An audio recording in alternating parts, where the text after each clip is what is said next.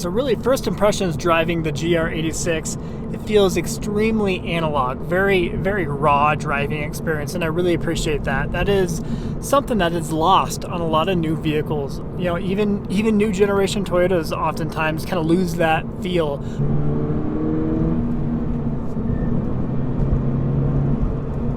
Hey YouTube, Untamed here. Behind me is a brand new 2024 Toyota GR86 Premium. Underneath the hood, we have a 2.4 liter boxer engine cranking 228 horsepower, tied to a 6-speed manual transmission. This right here is kind of a dying breed. There's not a whole lot of offerings out there across all vehicle manufacturers at this price point. We're just over 33 grand for the Premium here in particular. You can get lesser trims for lesser amount, of course. In today's video, I'm going to give you a walk around the vehicle, highlight the exterior details, show you the inside, give you my top 3 likes, my top 3 dislikes, and we'll wrap up the video with, do I recommend getting one if you have an opportunity to? So stick with me. So let's start by checking out this beautiful exterior here. I personally have actually grown quite fond of the body styling here on the GR86. A good friend of mine actually bought a Subaru BRZ several years ago. He actually still has it, a World Rally Blue one, and he loves it. You know, you don't buy these to be the fastest car on the block by any means, especially with 228 horsepower. That's nothing to write home to mom about, but it's just a very fun vehicle to drive. It's a great ideal autocross car, if you ask me. You know, and rolling through those gears is a whole lot of fun. So some 18-inch alloy wheels here that look plenty nice, wrapped in some Michelin Pilot Sport 4 tires. Give you a closer look at those headlights. We have our GR badge down below in that front grille. Looks like we do have some functional airflow up front. Your Toyota badge there in the middle. Overall, a pretty sleek ride. Kind of reminiscent of what we found with the Mazda Miata. Give you an idea of what the down the side profile looks like here. Not a whole lot of curvature to the fenders here, but it does look pretty sleek. There's the other side of the side venting. And here's that window sticker. Let's pause on this just for a second to give you an idea. Now, you can get lesser trims for closer to 29 to 30,000, but here with the Premium, we're just over 33,000. This is Trino Blue. There you have it.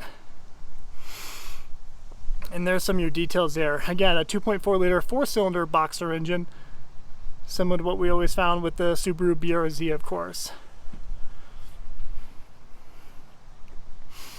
All right, feel free to pause that if you'd like to check it out. 22 miles to the gallon is what we're sporting with this one. Again, you're not buying it to be the most fuel efficient car on the block either. Passenger side gas cap. There's an idea down the back side here. I do like the swooping tail lights here that kind of flow through the center. I think that looks pretty sleek. There's your GR86 badge. You do have dual exhaust pipes out back. I'll give you an idea what that sounds like here in a second. But again, 2.4 liter 4-cylinder boxer engine there. Not too wild. I do like the swooping kind of ground effects, if you will, on the lower end of the vehicle. I think that looks good. It pops out here as the door enters. Multi-link suspension here. It feels extremely planted. One of the pros of the GR86 is it is still assembled in Japan. So as you see, vast majority of the parts assemble, 85%. And I appreciate that. The Japanese take tremendous pride in building vehicles, and it is often abundantly clear with the fit and finish. Yeah, one more time right up front, let me know what you think of the overall design of the GR86. Let's hop in real quick, show you what the interior looks like. So overall, pretty simplistic, right? You kind of have that suede microfiber-like material here. Definitely not Alcantara, but kind of a suede-like. Everything is hard plastic for the most part. A little bit of soft, kind of pleathery material here with white stitching. Here's your entry point. I like the seats. They definitely hold you nicely here with the side bolstering. And technically speaking, you can get some passengers back here. But as you can tell by that seat there, your passengers can't have legs, apparently. So not ideal by any means, but if you pull up your seating position, you can maybe squeak some youngsters back here just fine. Let me adjust that seat. Let's pop in real quick, show you what we're working with. So personally, I am a fan of just the overall simplicity of the interior here. You know, we don't have the infotainment protruding above, blocking your visibility in any way. Kind of interesting with your speakers, little cutout, well, not cutouts, but your speaker portions here. You got your kind of your tweeter on the upward side there, and then obviously your larger speaker up front. Kind of a unique design. You don't see that too often where they protrude separately like that. Standard airflow venting here, similar to what we find in a few different Toyota vehicles, to include the Land Cruiser even. I like the infotainment. It's pretty simplistic. Let me go and start it up and kind of show you the startup sequence. So foot on the clutch. We're in neutral, of course. GR popping up. I kind of like this. I'm a fan of just the overall simplicity here. This is nice to look at, easy to navigate to. I don't know, really no complaints overall with all of this. Do like that we have, I can maybe go for a little bit larger volume knob and a larger tuning knob, but overall pretty happy with how that looks. I like that we do have knobs for temperature down here, your fan speed of course, both sides, and mode selection, obviously your airflow selection, sync, defrost, traction control off, and your track mode and traction control off button there with your heated seats there. Overall, very, very simplistic all throughout here. And more, well, not more, you got cup holders here, kind of hidden back there. Obviously, you do have your portion here on the side, on your doors. You get to throw a couple of cups or whatever, 1 cup per side. So overall, I'm pretty happy with the simplicity of this interior. I think it looks nice and feels nice. Trip reset over here. Not a whole lot going on in your steering wheel, which is nice for this particular vehicle. You got your GR badge, a nice one down here, nice to touch too. Otherwise, pleathery material here, some harder plastic. I love the fact that we do have the good old-fashioned cruise control button here. Hey Duncan, what's up, dude? This is neighborhood life now. so that, I mean, that about wraps it up for the interior. Let me go ahead and pop the trunk and show you what kind of space we have out back. We got a little button here to do that. All right, e-brake is on. We'll show you what we have out back for space. So kind of a surprising amount, for being honest with each other. I do appreciate the fact that we have that GR86 matte out back. This looks nice. Kind of feels nice to the touch too. So this is pretty sleek overall. But yeah, you don't buy it for the space, you don't buy it for the cargo, you just buy it to be that kind of fun weekend car for most people. So really, first impressions driving the GR86, it feels extremely analog, very raw driving experience, and I really appreciate that. That is something that is lost on a lot of new vehicles. You know, even new generation Toyotas oftentimes kind of lose that feel, but this one, it keeps it for sure, and you really appreciate that. Right when you get in, you're not blown away by any of the fabrics or materials in here, because it is, at the end of the day, still $33,000, right? It's not wildly expensive, and I applaud Toyota for keeping that price point at least reasonable, right? It's still, 33 grand is nothing to scoff at by any means, but that is still within reach for the target demographic that I would say is aiming at this GR86. So I think they priced it right. You know, once they start teetering up toward 40,000 plus, that's when they start kind of getting away from that target audience. So overall, first impressions, it feels great. You know, shifting and rolling through the gears here is pretty intuitive, right? Super simple. Even if you're new to driving a manual transmission, you'll find this very simple and easy to drive. So overall, I am really impressed with the overall interior and feel of this GR86, and everything is just very simplistic, and I am a huge fan of that. I understand not everybody is. By the way, you feel every bump in the road, right? I mean, with the suspension here, you know, it is designed to be a little bit more track ridden, right? Track focused vehicle here. And well, you feel it as you hit every bump on the road here.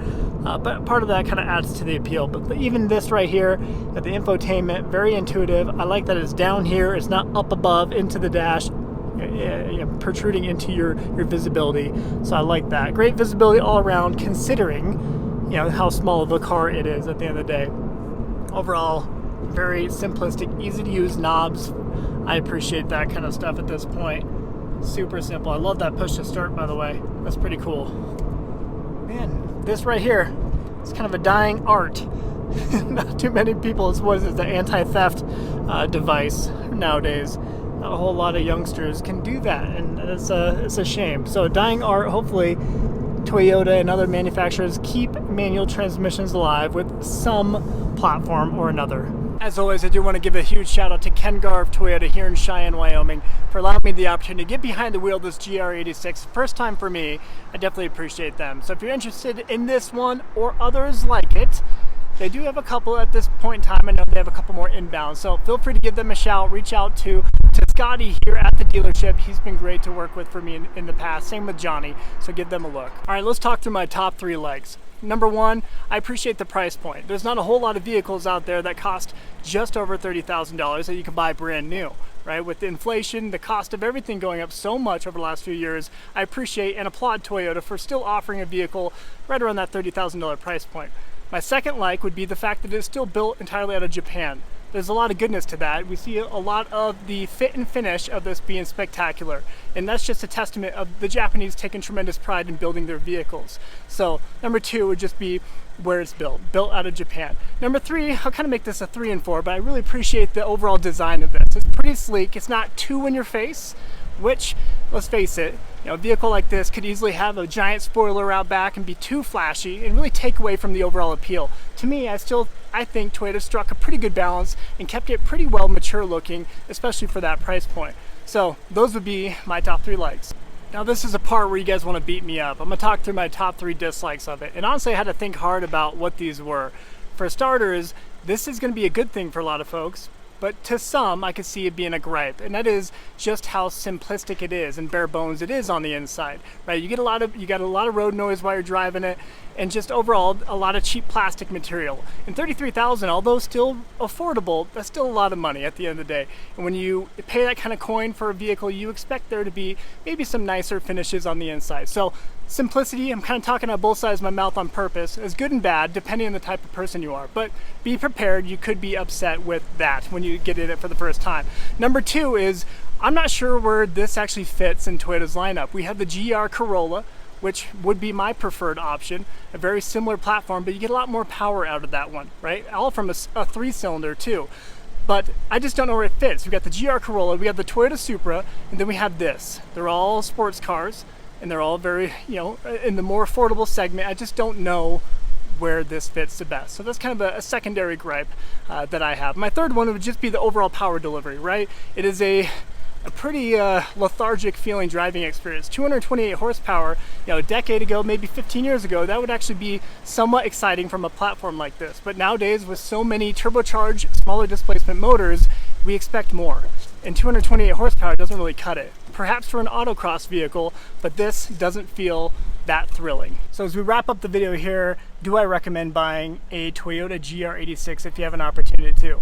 I would say yes. There's very, very few that are at this price point. And $30,000, $33,000, everything is now teetering $40,000 plus. So there's a lot to appreciate with that, for that price point anyway. Not to mention, like I said before, it being built entirely out of Japan lands at a lot of style points. It's very well built, it feels very planted, nothing is rattling while you're driving down the road. You do get road noise, but that's just kind of the thinner door cards that we have in this. But that was on purpose, right? It's supposed to be a lightweight, a very simplistic vehicle, and they try to keep the price point down with that. So kind of keep that in mind. But overall, I'm very pleased with it. I found it to be a joy to drive, and definitely a nice change up from a lot of the Toyota SUVs that I drive on a regular basis. Kind of felt strange to me being so low to the ground driving it. So I'll wrap up the video there, guys. As always, I sincerely appreciate you taking the time to watch. If you found any kind of value in this, please consider liking and subscribing. Your support means a lot. Definitely appreciate it. Until next time.